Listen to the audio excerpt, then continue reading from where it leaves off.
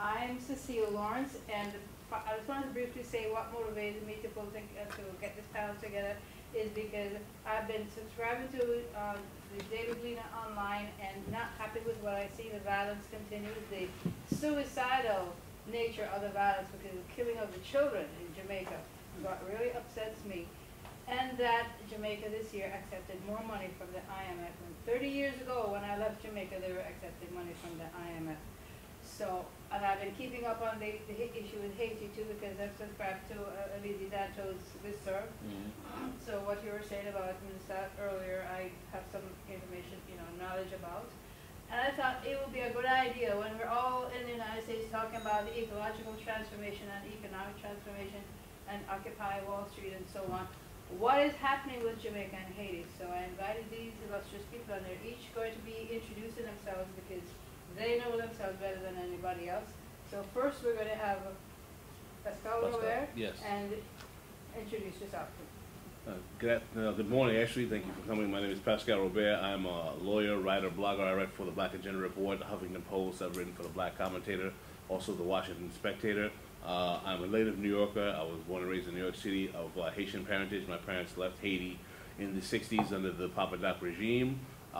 Basically, my parents left for two reasons. My father's brothers were Haitian communists. Two of them left Haiti to live in the Soviet Union, and my father basically realized that his family had to go because Papa Doc probably was the most anti-communist regime in Haiti, and my father and his family basically decided that they need to leave, somewhat for economic reasons, but because politically they didn't find the country palatable.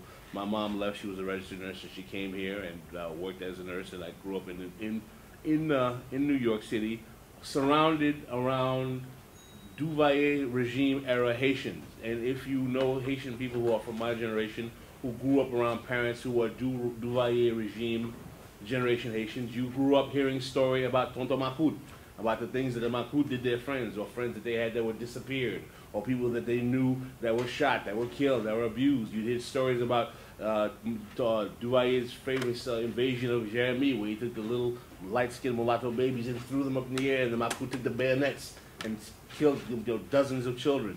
So these are images that always were circulating in my house as a child growing up, because I had a very political Haitian family. Because having a father who had two brothers who were Haitian communists who studied in the Soviet Union, when one of them comes to town, or when every Sunday my father has his buddies, it's basically dominoes, vodka, rum, politics every weekend. I'm sure Jamaicans don't know that have a similar Jamaican rum. similar paradigm. So those are the kind of realities and environments that shaped my radicalism, if you will, and my worldview. So in terms of the comments I want to make, I'm going to just start with a presentation that I worked on here in reflection of the significance of Haiti in light of this year being the 210th anniversary of the Haitian flag. May 18th is Haitian Flag Day, and this year was the 210th anniversary.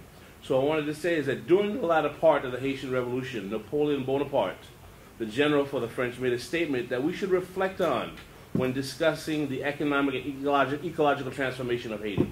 Bonaparte, who alone would dispatch 60,000 of his finest troops to subdue the Africans who were violently rebelling for their freedom from the lash of the whip and the cutting bruises of the chains, stated, "My decision to destroy the authority of the blacks in Saint-Domingue, which would become Haiti, is not so much based on considerations of commerce and money as on the need to block forever the march of the blacks in the world." Now, this statement is significant for two reasons. One, even before the end of the Haitian Revolution, Napoleon acknowledged that there was some significance about this revolution to blacks in the world. He realized that if this experiment in black liberation were to succeed, it would be making a statement and sending a hallmark to the black world, which at that time was in a relatively debased situation. The transatlantic slave trade was prosperously working all around the world, and besides what was transpiring in various maroon communities in the Caribbean and a few other places in North America, there was no sign of it ending.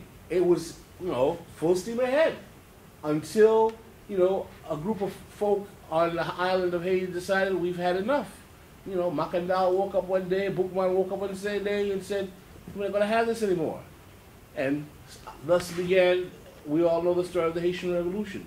So the fact that Bonaparte realized this is a significant part of that statement.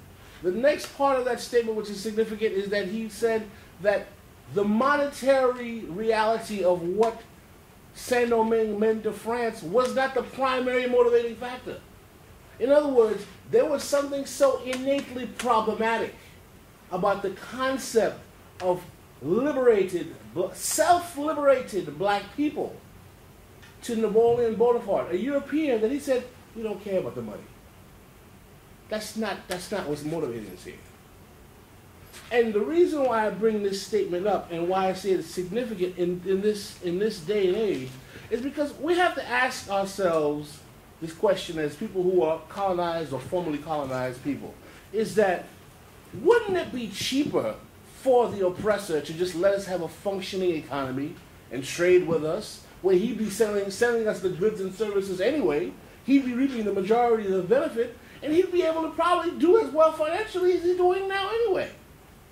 Particularly with the duplicitous, middle-class bourgeois Negroes we have in our respective countries who will be always willing to aid him in his various, machinations.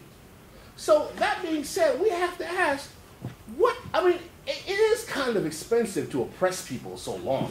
There is an overhead that comes along with that.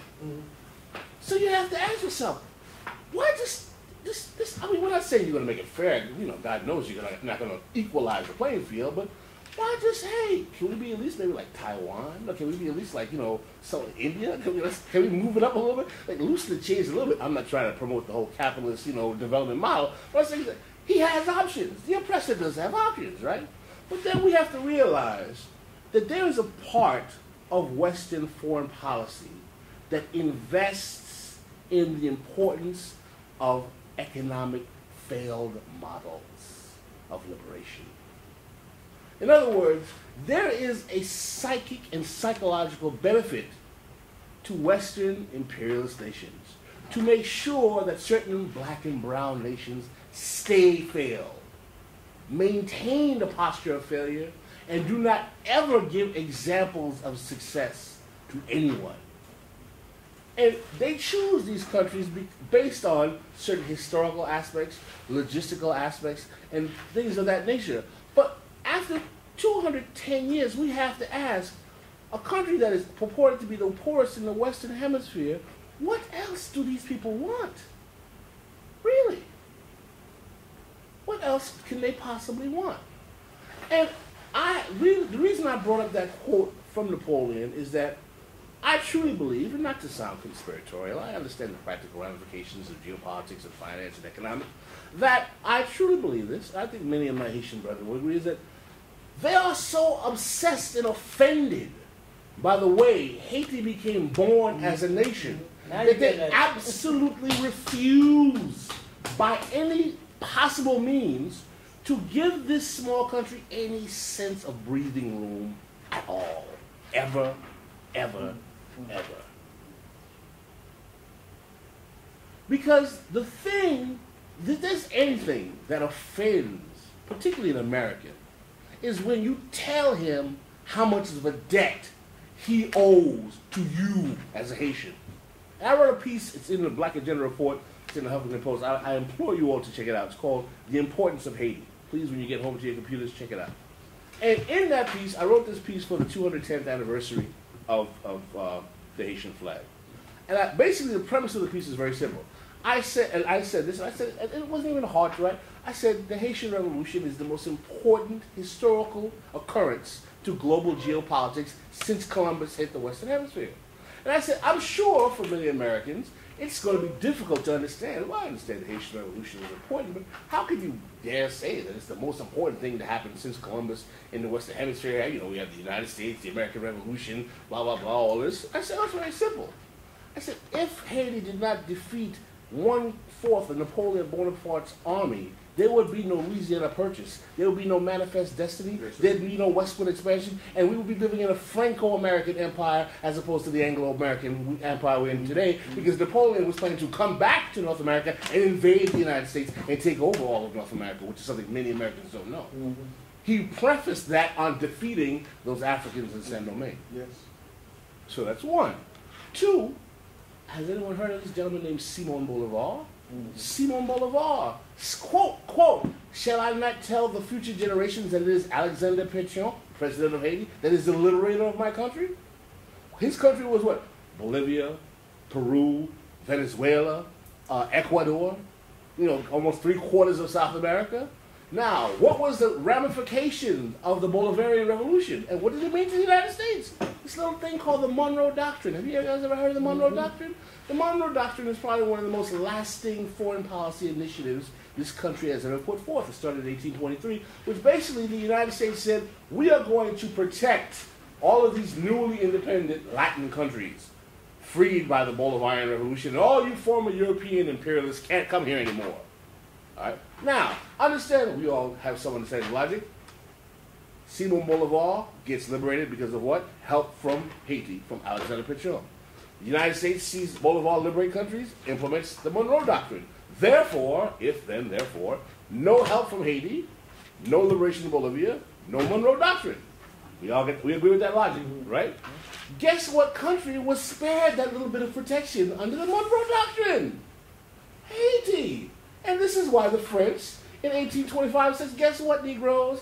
Pay up the cash.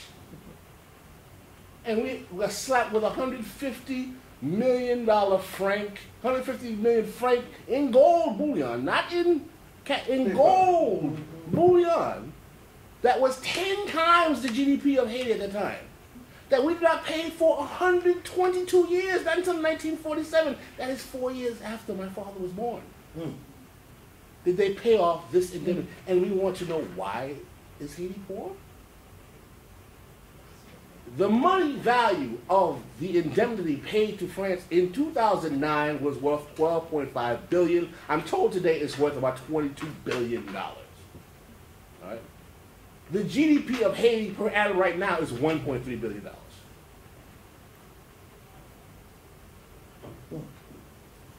Okay? This is what we're dealing with this country. Can I interject something? Sure, go ahead. Because I think oftentimes we forget that Haiti, in its original constitution, 1803, had the audacity to present an amendment which said that all freedom-loving people were welcome to citizenship in Haiti. And he also said something else in the Constitution. You know what? Yeah, go on. No white man can own land in this country right. either. But that all freedom-loving people, though, which meant that right next door, where those Haitians had already, because part of Haiti is me, the Fleurs Bluff. I'm from Jackson, Mississippi. Oh, okay. So, for those Africans in America, especially the southern part of the United States, and all of the rest of Central and South America, these are slave states. And for some little island, the wealthiest of all the area, by the way, because Haiti was so wealthy, to have the nerve and bold audacity to scare the hair off of folk by saying, look, we're going to free your slaves. Because if all freedom-loving people are welcome, that encourages what? Absolutely. That encourages revolt and uprising every which way. Absolutely. So I think, we need to always keep that in mind, couple it with the rest of this discussion. Because if we don't really understand. It's not just about the uprising, it's about the other uprising. And I tell my friends throughout the African diaspora, particularly my African-American brothers and sisters, who oftentimes the oppressor tries to divide us amongst this concept of like, oh, I'm Jamaican, I'm African, I'm West African, I'm from Nigeria, I'm this and that. Are you African Americans? I don't know what problem you got over here, but we're doing what we have to do to come here and work and get a job. All this nonsense. That's a mind game that we play on ourselves that is divide and conquer. But I tell all of my brothers and sisters in the Western Hemisphere and on the African continent, you have a right to claim Haiti as your legacy as much as I do as a child of the Haitian Revolution. Because the only difference between me and you is that one boat went to the right and one boat went to the left. That's right. And in my case, the boats went back and forth.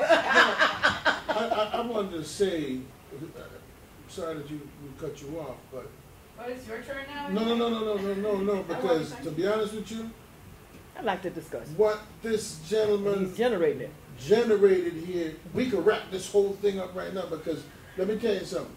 Think of Napoleon understanding the ramifications. There was no television, there was no cable, there was no mass communication, and he understood that on this isolated island, the importance of defeating, forget money, forget anything, that white supremacy was more important than a dollar, a gold bullion, a franc, or whatever. And he understood that, you know, so that if they defeated them in Haiti, who would have known, right? And if the defeat was reversed, who would have known? Only white folk in reality, right? Because they were the only ones that would have at some point gathered this information, right? And he understood it to the point of saying, I don't care what it costs, I don't care how much money there were, it is more important to keep the oppression. And that conversation about having to maintain across the globe this oppressed people, AFRICOM in Africa and the Caribbean. So I bow to your opening statement, and I wish you would go on. Yeah, I want him to go on, but I want to add another little small point to here. In 1787, speaking to the U.S. Congress, George Washington made it plain. This is why it's important for us to understand what happened to these European players. George Washington made it plain the purpose, the goal of the new republic was to destroy the Indian with the wolf all the way to the west coast. I mean, destroy these savages all the way to the west coast. And once they made it to the west coast, they would move southward to create one republic with one common language, one common people. So what we are talking about is an imperial design. Absolutely. And Haiti interfered with it's the first interference, because there'll be others, but Haiti is the first interference with this imperial design. So Napoleon may squabble with the United States. When we get down, he said, look, boy, we got to eat this bone. We got to get together to eat this bone. We cannot afford the luxury of having these, in quotes, Negroes out here on this island, move out of the yellow domain, because, you know, Bonaparte, but Toussaint wasn't about freeing slaves. No, he was not. Toussaint wasn't about independence either. That's right. That's what I'm saying. Toussaint was this all right. was a Dessalines project. He just wanted Marcus Chillon to move up a notch or two. Yeah, that's true. But when you talk about Dessalines, and when you talk about Boukman, when you talk about Pétain, and these others who are coming, and it's not just Haiti, we're talking about the involvement of Grenada, we're talking about the involvement of Guadeloupe and Martinique, we're talking about all of these in Dominican, what we call today the Dominican Republic, all the surrounding areas are involved in the Haitian Revolution. Absolutely. This is not a revolution of just the people on the island, but those who are running. The Haitians, the Jamaicans were jumping out boats saying, let's get over there and take Africa with us, boys. One came from Jamaica. One was a slave who came from Jamaica. That's right. Let's take Africa with us. So I think, you know, that you're so correct, and that you're so on target. This is it. This is all we need to do, really. It's your discussion. Keep it going, brother. Yeah, man. Well, the next part I wanted to go to, since we're talking about, you know, economic issues and the environment, is I was just going to basically state the facts as they are about Haiti economically and what that means and what are the environmental problems Haiti faces. Economically, this is the real. This is how we get down to brass tacks. The annual GDP of Haiti actually is 13.1 billion. I said 1.3 before. 13.1 billion. Compare that to the U.S., which is 14 trillion. So don't think 13.1 is a big deal. That's actually nothing. Of that, 20% of the GDP comes from remittances from the Haitian diaspora, which is 2 billion a year. So basically 20% of the functioning economy of this country is people sending money back to their mommies, to their grandmothers, to their aunts, so on and so forth. So the role of the diaspora in the economic functionality in Haiti is very, very, very important. Okay. The GDP growth in 2012 was 0.7%. The GDP per capita is $1,300 per year, which is a pittance, quite frankly. Agriculture makes up 25% of the economy. Independent business is 19%, and service economy is 55.39%. Inflation is at 5.99%, which is one of very, very high. The population below the poverty line is 80%.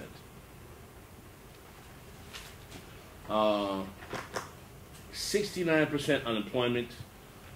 38% of the employment is in agriculture. 11% is independent business, and 50% is in the service economy. The main industries are sugar refining, flour mills, textiles, and cement manufacture. Exports from Haiti are 801 million. Imports are 2.988 billion. You see the trade deficit. Surprisingly, for a country that has so much of its economy based on agriculture, one of the largest imports to Haiti is, guess what? Foodstuffs. Of course, of course. So domestic food production is being destroyed. Now, those are the facts, but to give picture to those facts, let's understand what really is going on in Haiti, particularly post-earthquake. The model for what is going to be used for Haiti is very simple. It's come down to two things: sweatshops and tourism. That's the bottom line. Sweatshops and tourism. Okay? You're going to have the poor are going to be pushed out into, like you have Caracol, which is one of these new massive sweatshop institutions, getting $1 a day, if that much. If you get half hour for lunch, you'd be lucky. You barely have enough money in your salary to subsidize your travel to work and your food and your clothing. Okay. Meanwhile, you have the current regime who's building there are more hotels being built in Haiti than I think any time in the country's history, from what I know. There's like hotels everywhere. So what you're going to do is, besides the sweatshop labor, you're going to turn Haitians into kind of domestic serfs, where they can, be the cabana boys for all the foreigners that can come in and, basically, enjoy the land, the beaches, so on and so forth. And as we know, based in Jamaica, tourism is a very limited way of economically developing a country, because what it does is it circulates wealth into basically private landowners and corporations that own these hotels, and it does not really create a gross amount of social mobilization for the poor of that country. I think Jamaica is a perfect example of how tourism has not been the economic salvation of the majority of working poor and poor in Jamaica at all. But sadly, once again, Haiti likes to copy the worst of the world sometimes, and because of the kind of parasites we have governing the country right now, this is the model that they see that they want to implement. Of course, you're going to have nice little conversations about, oh, we're building schools, oh, we're building infrastructure, blah, blah, blah. But those infrastructures and those schools are to make labor functional in a more sophisticated economy that's designed to serve the needs of foreigners that are going to come exploit the economy through those sweatshops and exploit the land through the tourism. So let's not think that there's going to be some kind of grand educational project to turn Haitians into nuclear physicists. That's a load of bunk. That's not the case. Right. This is going to be basically trying to increase and improve on functional literacy to make Haitians better employees to the neoliberal capitalist fantasy land they're trying to turn the country into. And the thing that we have to understand is that we as Haitian people have a tendency to talk about the corruption and inability of our government. Our governments are the problem, our governments are this. My theory, my position on this is simple. We haven't had a Haitian government since 1915. What we've had is what I call reste avec governments. You guys know what the reste avecs are, the little domestic children in Haiti that are taken.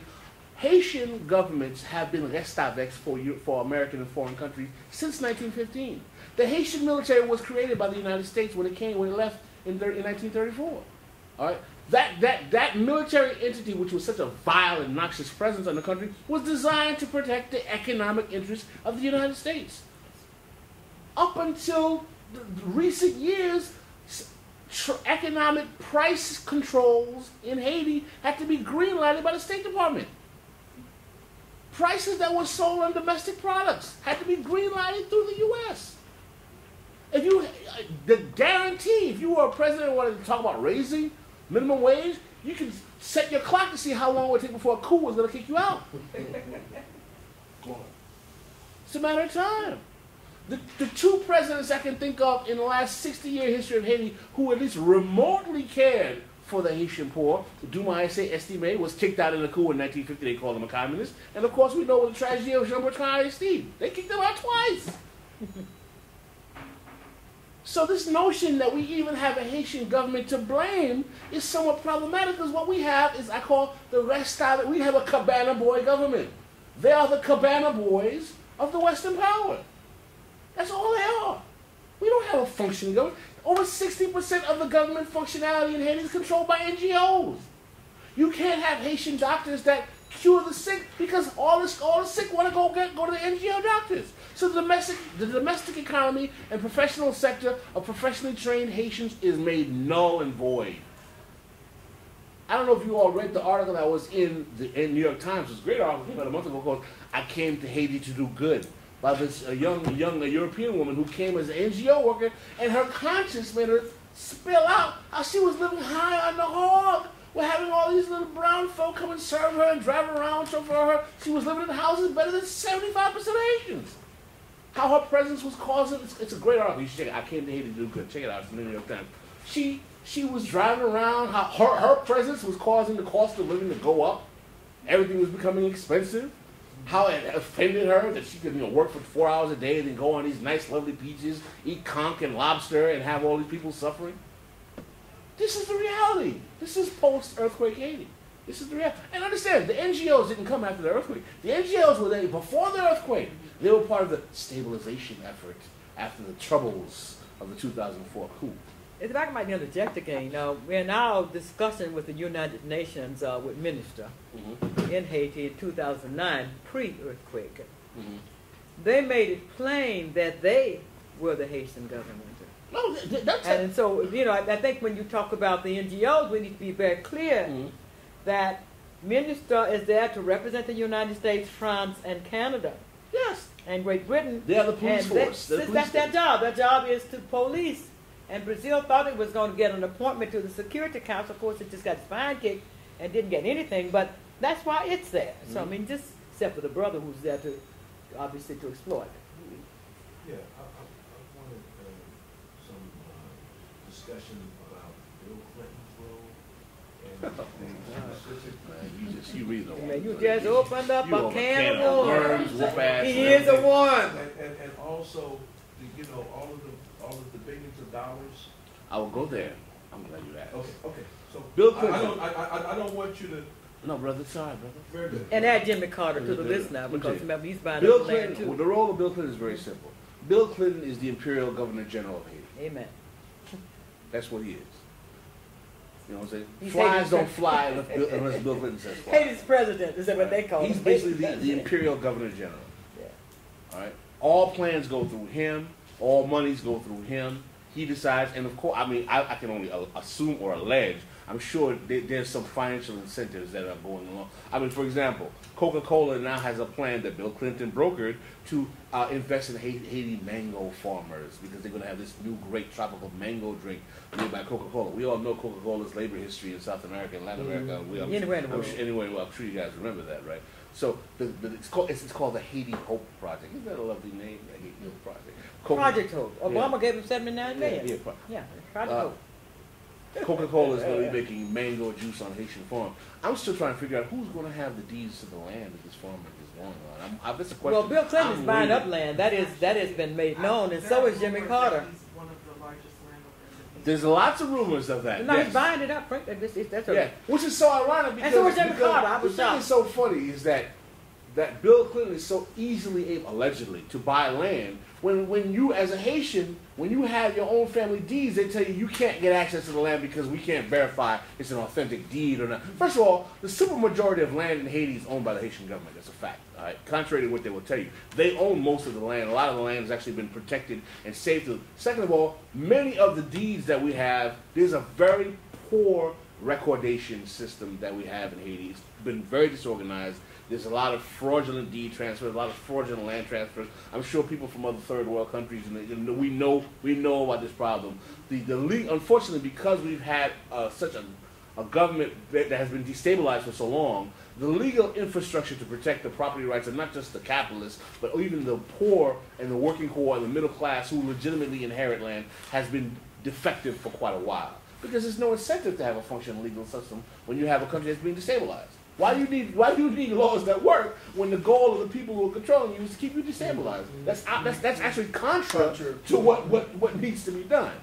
So I find it ironic that even though indigenous Haitians are unable to claim their own land, Bill Clinton's able to get clear deeds all of a sudden and start building all these projects without a problem. How is that happening? But this is part of the problem, and this is where I will lay some blame on our Haitian brothers and sisters, is that there are too many of us who have what I call the rest avec mentality, or the cabana boy, cabana girl mentality, where we just want to come to the man like, can I have a job? Can I have a job? Why you make trouble? Why you make trouble? Yes. You pay good money. Why you make trouble? You talk too much. You talk too much. There is a problem with some of us in our community where the revolutionary spirit that gave birth to our republic has been supplanted by the greenbacks that our employers put in our hand, quite frankly.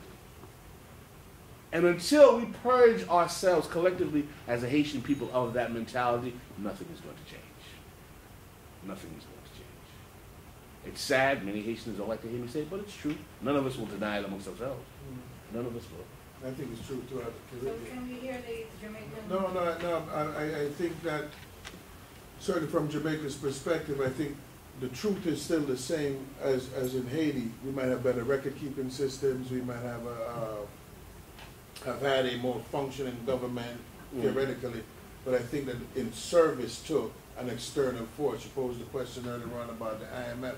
Why do we keep going back to the IMF to make this money when the IMF forces the country to divest itself? Our signature rum, Appleton rum, is owned by an Italian firm. Air Jamaica was forced to be sold off, so that it would be as if China came and bought the Statue of Liberty tomorrow. And there is no uproar. And the question becomes, to me, is not what's the problem, but how do we solve the problem? Because the problem keeps going on year after year after year.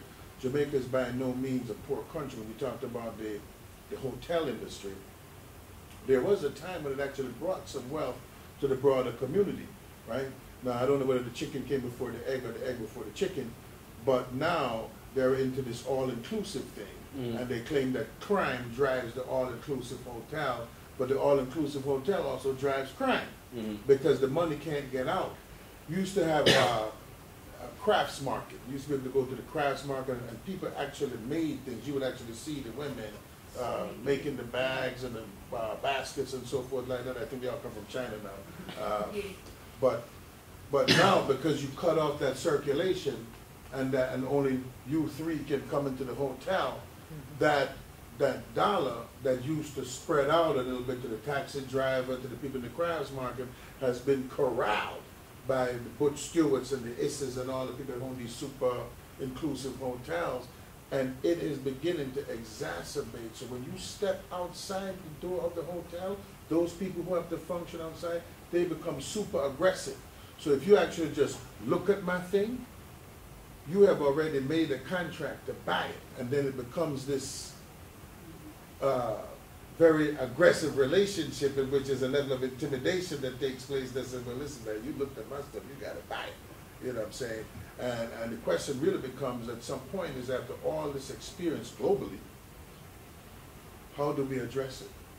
Because if Venezuela falls out of the hands of the new gentleman that just took over, who barely won his election, and countries like Jamaica have to buy oil at market value, they done for. They might as well just apply for being the 52nd, 53rd state, and Mississippi is the poorest one. Don't worry about Mississippi. You're going to look good from here on out because we'll take up the bottom spot. We have globally a systemic problem that we have been unable to address as a people. Right? Look at this Africa. Amen. I went to a thing with a woman called Jendai Frazier, who was going to become the ambassador to South Africa. And Jendai Frazier was an expert on African military affairs. I had no idea that Africa even had a military to have an affair with. So I'm thinking, what? What are you studying here? We have a global problem, and that statement that Napoleon made, when he made it, is applicable today in the relationship of how America and England and France looked at that which at some point used to be ours. And we intend to keep it under any circumstances. Before you go on, just a little introduction of yourself for our audience here and our viewing audience.